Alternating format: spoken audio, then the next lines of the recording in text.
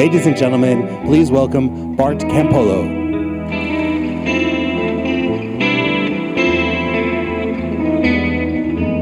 I'm not a believer anymore, but back when I was in 1998, I got saved in a budget rental car in Oakland, California. I was an urban missionary at the time. I was running that mission year organization that recruited young people to live and work among the poor. And we had 5 teams in Oakland, California that year. I was living in Philadelphia, but we had 5 teams in Oakland. And so in September, I flew out there to lead an all-day training to kind of get the new recruits ready to go. And I got there to the airport and rented my car and drove to the church. And the training went great. We were there all day. And when it was over, I stayed behind at the church with the city director to kind of debrief the whole thing. And we were there until about midnight. And then I dropped him off at his apartment. And I got back in the rental car and I headed back to my Motel 6 near the airport. The thing you got to remember is that in 1996, we didn't have smartphones with GPS systems. And I didn't know my way around Oakland very well. And so, although I made it back to the 880 freeway, I got on going the wrong direction. I got on going north instead of south. And when I figured out that I was going the wrong way, I got off at the next exit. But it was one of those janky little exits where you can get off, but you couldn't get back on. And before I know it, I am wandering around a bunch of deserted warehouses and factories down by the waterfront. And it's like a wasteland down there. There's nobody around. And so I'm just driving around trying to find my way back. And at one point, I pulled up at this stoplight. And the only other car that was there, I pulled up behind this huge station wagon. One of the old kind with the fake wood paneling on the side. And it was kind of purring real loud. And I pulled up behind this car, and I'm waiting at the stoplight. And the light turns green. And the wagon goes to turn left. And I pull by it through the intersection. And as I'm pulling through the intersection, I look in my rearview mirror, and all of a sudden the wagon swerves around and comes in right behind me. I figured the guy just missed his turn or changed his mind or something. I didn't really give it a thought at the time. But a few twists and turns later, I'm lost. And I realize I'm getting followed. And, at first I just thought, I just speed it up. I'll lose this guy. So I speed up, but that didn't work. He stayed right on my tail, really close. So I slowed down. And there was another stoplight, and I stopped at the stoplight. And I got to tell you, I'm getting followed, but, I'm from Philadelphia. And, a part of me just, at that point, I'm sitting at the stoplight, and I almost got out of my car to confront the guy. I was going to put on my West Philly accent and go, yo, man, what's up? You got nothing better to do than follow me around? And so I'm just contemplating this, and I look in the rearview mirror, and the guy lights a cigarette. And in the eerie glow of the cigarette, I see this large man's face, and it freaked me out. And I stayed in the car. As a matter of fact, I looked up, the light was still red, and all of a sudden I decided, that's it, I'm blowing through this light. And I just blew through the light. And what I was hoping is that the guy would be afraid of getting pulled over by the cops. And at that point, I would have loved to have gotten pulled over by the cops. Please, pull me over.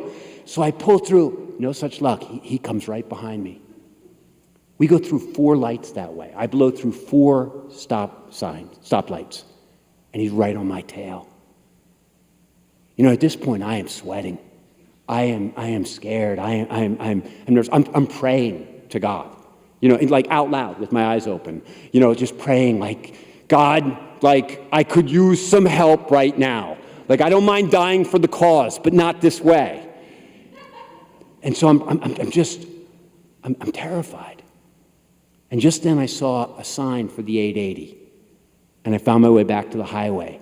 And I thought I'm saved. I'm fine now. I figured he wouldn't chase me out of the neighborhood and up onto the highway. But as I got onto the highway, I accelerated so fast. I took it up to 80 miles an hour, and I look in my rearview mirror, and there he is, right on my tail. And so I'm bombing down the highway, and I am scared. And my first thought was, head back to the hotel. Like, I thought I'd race to my hotel and run in my room and lock myself in the room. But I quickly figured out, that wasn't really a smart idea. Then you'd know where you were. And so I'm driving, trying to figure out what to do, and I see a sign for the airport. Actually, I see the sign for the road that leads to the airport. If you ever been to Oakland, it's called Hegenberger. I always remember that, Hegenberger. And I saw that sign, airport, and I thought, that's where I should go. At the airport, there are always people at the airport, no matter what time, and there would be cops there. I thought, this would be a good place to go. But even then, I'm thinking, and so I wait. I stay in the lane till the very last minute. And then, right at the last minute, I swerve the car to get off, thinking I might lose the guy. But no, he's right on my tail. So I'm coming down the off-ramp, and getting onto the access road, and I look, and there's this brightly lit convenience store. And I look in the parking lot, and sure enough, there's a cop car. And I didn't even think.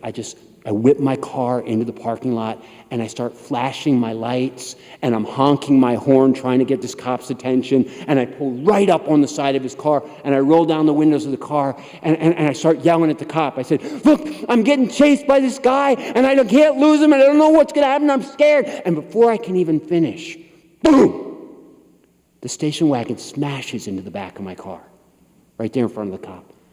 And at that point, the cop, my car lurches forward, and I look at the cop, and the cop goes, what the hell? And he starts to get out of his car. I think he thought it was like some kind of domestic dispute or something like that. He starts to get out of the car kind of irritated, like, what the hell? And then he looks in the back, and he looks at the other driver in the car, and I just watched his face change. And he whipped out his gun, and he got down in a crouch, and he pointed it straight at the other driver, and he said, put your hands on the wheel. Put your hands on the wheel right now. And he slowly moved around the car with his gun faced on this guy. And he got to the car, and he opened the door, and he said, now get out, get on your stomach, and put your hands behind your head. Do it now. And the guy gets out of his car, and he's on the ground. I'm just watching in my rearview mirror, totally stunned. And before I know it, cop cars are streaming into the parking lot from all directions. Like 4 or 5 cop cars pull in with their lights flaring and everything. And these cops get out of the car, and the one cop gets up, and the cops bring this guy to his feet, and he is struggling. He's fighting them, and they're holding him by the arms. And the guy is huge. He's like 6'6", and he's got a black ponytail. And he pulls his arms behind his back. And the first cop, he's amped up. He's a little freaked out by him. And he goes, yo, what's your problem? What's your problem?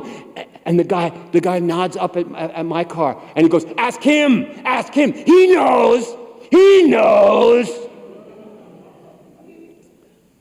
And the cop says, what's your name? And he says, Juan.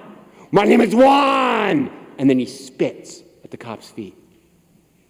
And the cops had enough by then, and they just manhandled him in the back of this cruiser. They shoved him in there, and they locked and they closed the door. And I'm still sitting in the car, and they don't come over to me right away. They walk around the guy's car, and they check out his car, the wagon. And then the first cop comes over to my door, and he's got a buddy with him, and he comes over to my door, and he says, do you know that guy? Like, what did you do to him? And I said, man, I didn't do anything. I was lost, and he started following me, and I didn't know what to do. I've never seen him. I'm not even from around here. And the one cop, and the cop says, listen, man, I won't lie to you. You're lucky to be alive. He said, that guy is so amped up on PCP right now. And I said, he was out for blood. He said, and when we checked his car, the only thing he's got in the back of that wagon is a pickaxe and a tarp. Which was not comforting to me. Especially given the fact that, I had thought about getting out of the car to confront him. And the cop's buddy says, you're not from around here, what are you doing in town? And I explained to him, I said, I'm a missionary. I was in town to train young people to do outreach and evangelism in the inner city. And as I'm explaining it to him, the other cop is nodding his head, like, as if this explains everything. And when I get done, he says, now I see. He said, that guy must be demon-possessed. And he sensed you were a man of God, and that's why he picked you out. Now, I mean, if you're a little weirded out, but it was surreal. I'm like, what is going on here? But it turns out the cops, I was an evangelical Christian at the time. The cops were very evangelical. And so they start asking me about my work, and I tell them the churches that I'm working at. Oh, we know that church. The one cop's like, you should come talk to my youth group. The kids would love you, And so we end up having fellowship there in the parking lot while we're waiting. And I mean, I didn't say very much. I was just kind of okay, whatever. I'm freaked out. And we talked like that until the ambulance shows up. And when the ambulance came, the cops said, excuse me, and they went back to the car, and it took 4 of them to pull the guy out of the car and strap him down on the gurney. And they put him in the back of the ambulance, and they took him off to the mental hospital at the prison. And after they got done putting him in the car and taking him away, the other cops got in their car, and they left, and these 2 cops came over to me and said, hey, well, that's it. It's really great meeting you. See you around. And they got in their car, and they just left me there. They didn't take a report. They just left me there. And at that point, I sort of freaked out all over again. It sort of hit me. I'm trying to figure out what just happened here. And the thing you got to understand is, I was still a Christian at the time, but I wasn't buying the spiritual warfare angle. Like demons and angels and all that stuff. That wasn't part of my theology even then. But somehow, I was convinced that God had answered my prayers, and that He had sent me to that parking lot, and He had sent those Christian cops, and He had sent us both to the parking lot at the same time so that they could save my life. Yeah, that's the way it seemed at the time. And you say, well, what about now? Now? Now I think explanations and stories like that, I think that's just the way we humans make sense of things. Both good things and really horrible things that in actuality just don't make any sense at all and have no reason at all. I don't know. The only thing I really know for sure is that I'm grateful that I didn't die that night. And I'm grateful that for once in my life I signed the supplemental rental car insurance. Just saying. And I'm grateful to be here with you tonight. Thank you so much. One more time for Bart Campolo.